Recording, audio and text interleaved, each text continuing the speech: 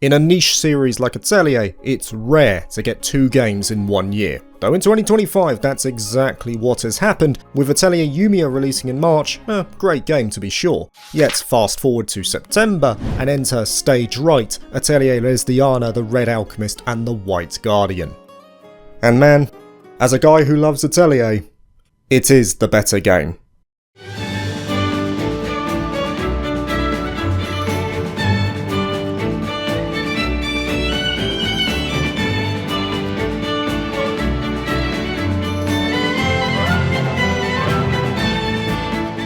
Yes, Atelier Resleriana for me is the better of the 2 releases in 2025, and I never thought I'd be saying that. Let's clarify something quickly before we dive in. Atelier Resleriana first begun as a collaborative project from Gust and Team Ninja and was noted as A25, an identifier normally given to mainline Atelier games. Eventually, it took the form of a gacha named as Atelier Resleriana, Forgotten Alchemy and the Polar Knight Liberator. And it sucked. I made it very clear that I was not a fan of it, and the only reason I played it was because it was noted as a mainline entry. If it was a side game, I wouldn't have bothered. Atelier is simply not a gacha franchise, irrespective of the existence of games like this one or Atelier Online. It's a long-running traditional JRPG series with a very specific focus.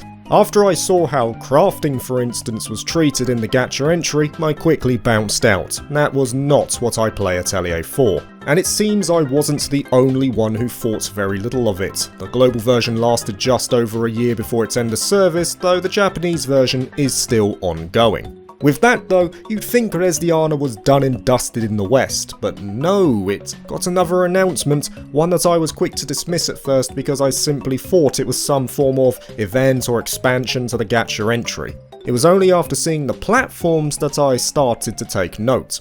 The Red Alchemist and the White Guardian was intended as a traditional Atelier game set in the universe of the gacha entry. It uses the same art style and assets made by Team Ninja, and is a parallel story taking place at a certain point during the gacha game, which of course has yet to end. Yet, Gust wanted to make it clear that this game could be played without any prior knowledge, which is exactly the category I fell into. Outside of knowing some of the characters from the gacha, my understanding of what happens in that story is effectively zero, so I'd like to think I'm in a similar position to many others here. In short, that lack of knowledge didn't massively affect my enjoyment, though I did wish there was a brief summary of the gacha up until the event shown here, purely because there are references to specific characters and what they have done before. It's minor, but for a full understanding it would have been nice to have. Though the narrative shown here is mostly standalone, and begins in a ruin with our 2 new protagonists. Upon starting the game, you get a choice of 2 characters, a cat girl Rias or the rocker of the ponytail Slade. See what I did there? Now it's worth noting that I did 1 playthrough with Slade which took around 50 hours, and that also allowed me to get all of the achievements. Unfortunately, I didn't have time to do a second run with Rias, so I'm not too sure how the story plays out on her end, though part of me thinks that the overarching story remains mostly the same, as achievements would flag as the story progressed. And since I had all of them at the end of that first playthrough, there was no note of any sort of true ending, which has been the case in games like Esker and Logi and Manakemia 2. Still, there are definitely certain scenes specific to each character, so it could be worth playing through a second time. For those who are interested in that second run though, a New Game Plus run will allow you to carry over all of your equipment and also unlock the highest difficulty in the game, which is fairly standard for Atelier as a series, along with unlocking some extras like the soundtrack, the CG artwork, and my personal favourite, the bonus recordings from the voice actors. 皆さんこんにちは。リアス・アイトライゼ役の立花ひなです。皆さんまずはクリアおめでとうございます。The PC version was also pretty good, far better than Yumiya's at least. No crashes, stable FPS at unlimited, plenty of options, it's a solid port from my experience. It's also worth noting that just like in many of the later Atelier games, there is no English dub available. Anyway, back to the game. After some opening cutscenes, the two protagonists meet each other very early in the game and stumble upon an atelier, with alchemy itself being a long-lost art. The two are tasked with discovering the secrets of the atelier and the wider mystery surrounding the ruins. Now, while the Red Alchemist and the White Guardian, I'm just going to call it Resleriana from here on, does start slow in terms of building up the premise and the world, I was pleasantly surprised with the narrative in this game.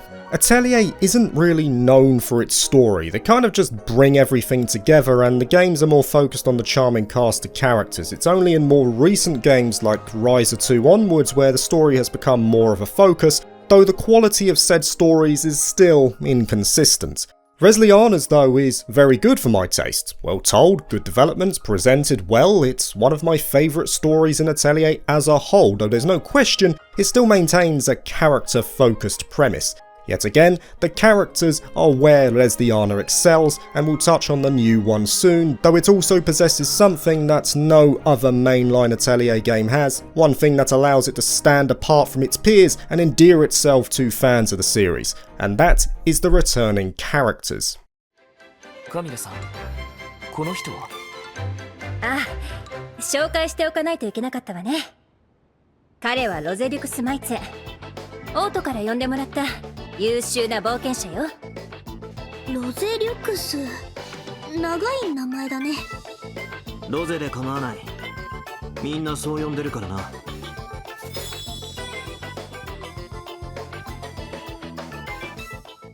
They're called Wanderers in this game and have basically been transported from their own worlds to the land of Lantana, which is the setting for Resleriana, and it's a term that has been carried over from the Polar Knight Liberator.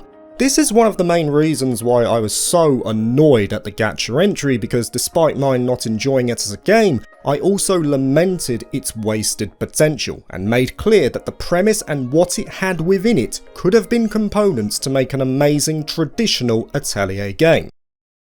And the most frustrating thing to me is that it has stuff in there that could have been an awesome traditional Atelier game. It looks great. The all-star feature of bringing in other characters could be like a Fire Emblem Engage moment for Atelier. The story, while basic, has at least the potential to be engaging. The only potential shown here though is wasted potential. At the very least, I will give the gacha credit for this. If it didn't exist, then this game wouldn't either, so I'll hold my hands up to that. It truly is a fan's fever dream come true, an all-star Atelier game bringing in characters from all across the series into one game, and it's absolutely fantastic to see. I have so much love for the Atelier series. I've played basically all the localized games, and Resleriana was a reward. It was a delicious treat from start to finish. In what other game do you see characters from Dusk and Manakemia interact? In what other game have they looked as great as this? The production values are so good, and I give Team Ninja massive credit for that. These are the same models that were made for the gacha, and they look superb. All of those characters from older games have been given a new coat of paint while still maintaining their charm, so not only are they recognisable, but they look better than ever, with wonderful animations to boot. And Resleriana brings in plenty of knowledge from those prior games, especially in the character side stories. I was hearing about the lady that Ray serves from Manakemia 2, there was humour tied to a certain witch from the Dusk games, and so much more. These are references used correctly, not just for fan service, but to deliver a compelling and enjoyable story for each cast member, as if continuing the story that they had from their own games, it was a joy to see as a fan of this series. Heck, even seeing who gave out side quests was something I was looking forward to, as they're so often given by recognisable faces. You know, a game has you by the collar when you're at the edge of your seat merely for a quest giver. But I will say this, if you're not a big fan of Atelier, or haven't played many of the games, I'd still recommend it anyway, for the multitude of reasons we'll be going into later in this video. Sure, it's a better experience if you know who these characters are, but it's still solid even as a standalone, made very clear by the new characters as well. Gust just know how to make relatable and charming characters. They very rarely miss, and the likes of Rias and Slade are just two more feathers in their cap. Not only are their designs brilliant and perfectly in tune with what I expect in Atelier, but they've got substance too. Quick question. If Rias has cat ears on her head, Does that mean that she doesn't have any ears under her hair?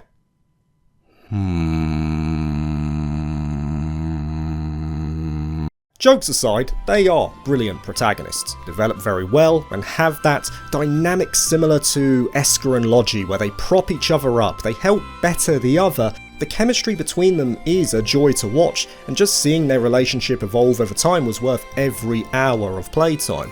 This connection they have between each other, and indeed the other cast members, is filled with humour, emotional moments, and they're both voiced very well by their Japanese voice actors, which shouldn't really be a surprise because Japanese voice actors normally knock it out of the park anyway, but I think a lot of people will like what Rias and Slade bring to the table here. But it wasn't just the characters and the story that had me smiling, because within an hour I knew that Gust had delivered the game that I wanted. Resleriana felt like an Atelier game.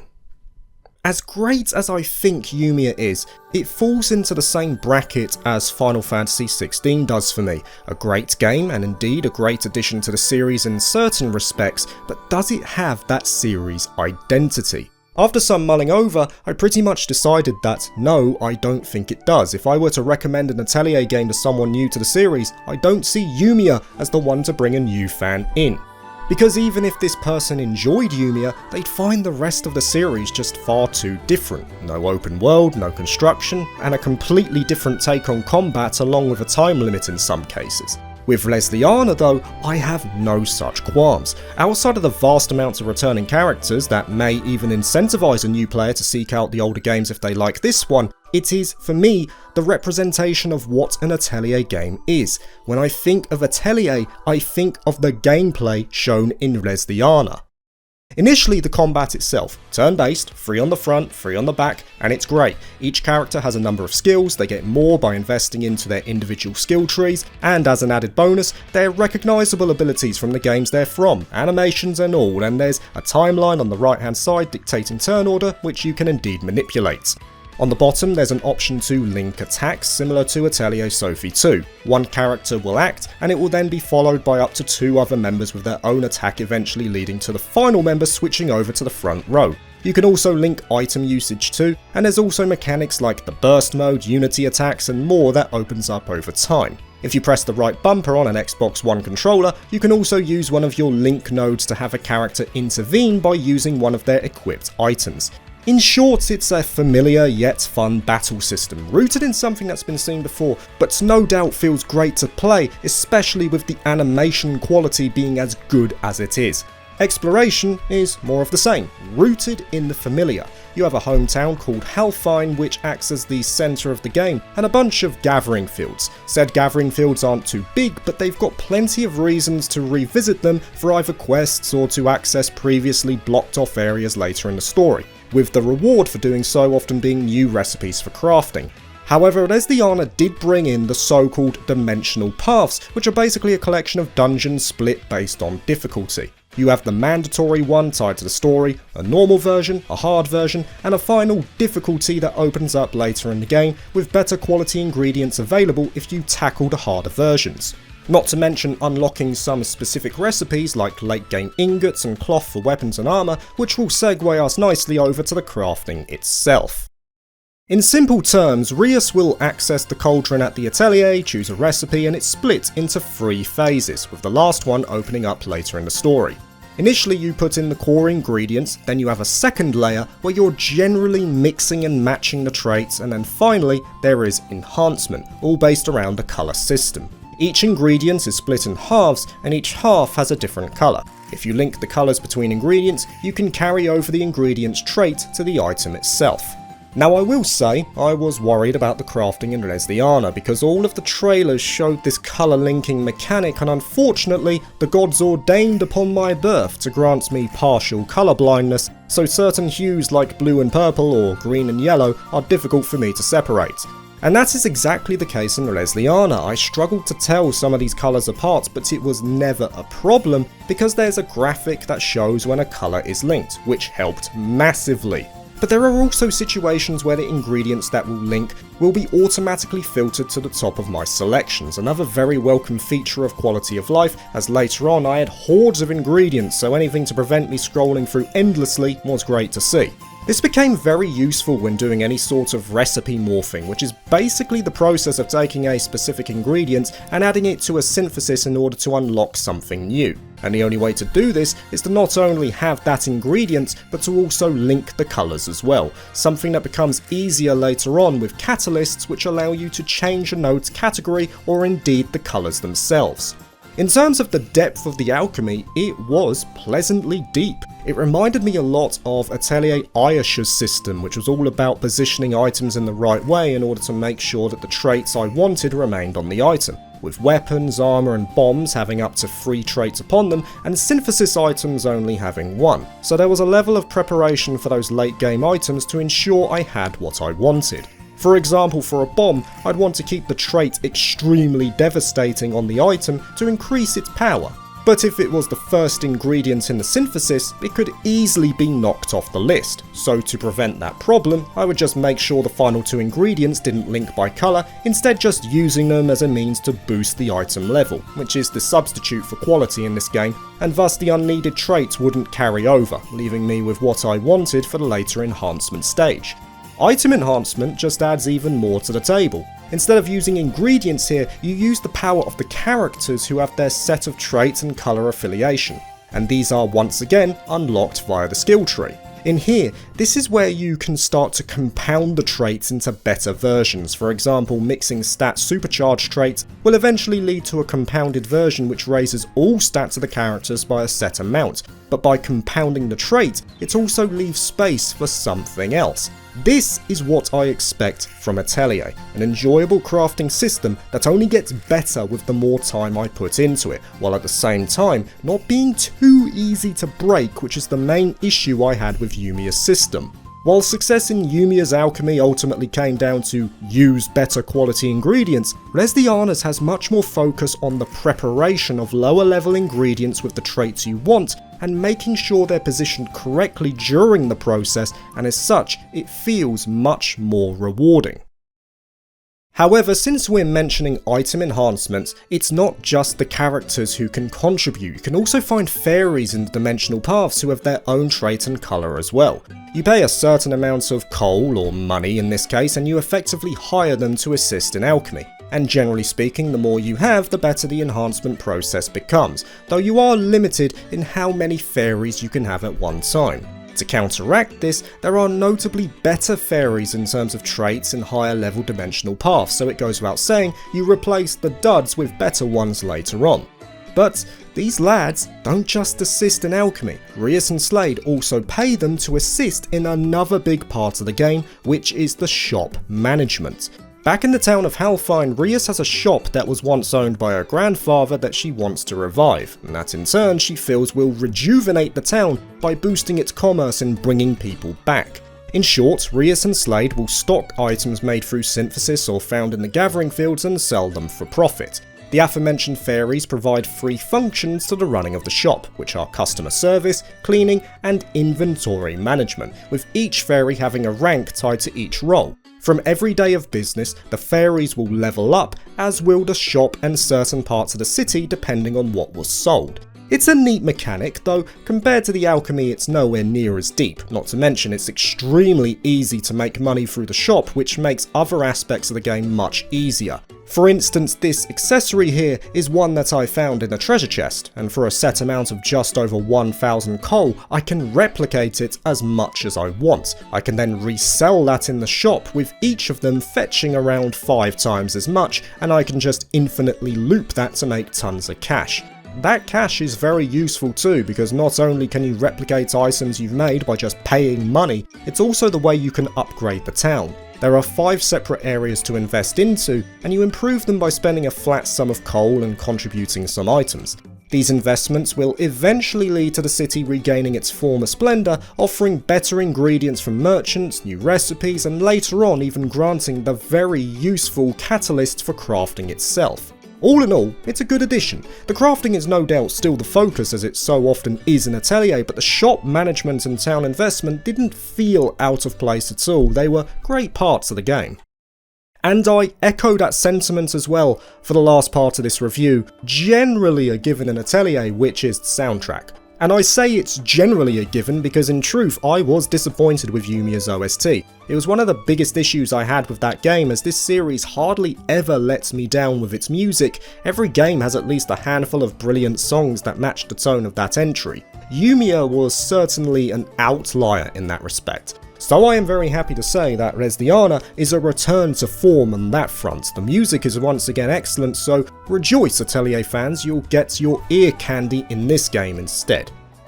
Overall, Atelier Resleriana is easily one of my favourite RPGs to release in 2025. Everything I value in this series is in this game. But in addition, it has the rewarding premise all its own among mainline entries with the returning characters, it has fantastic contributions of its own like Rias and Slade, the two new protagonists, and in addition, it looks absolutely stunning. I have no issue recommending it to newcomers, and especially no issue recommending it to any Atelier fan. This is not only the best Atelier game to release this year, but one of the best in the entire series.